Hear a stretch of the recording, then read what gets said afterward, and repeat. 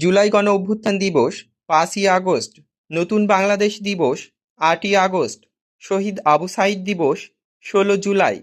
মাদকদ্রব্য নিয়ন্ত্রণ অধিদপ্তর ডিএনসি এর সমীক্ষা মতে দেশে বর্তমানে মাদকাসক্ত মানুষের সংখ্যা কত? ৮৩ লাখ। জলবায়ু উদ্বাস্তুদের জন্য নির্মিত আবাসন প্রকল্প কোনটি?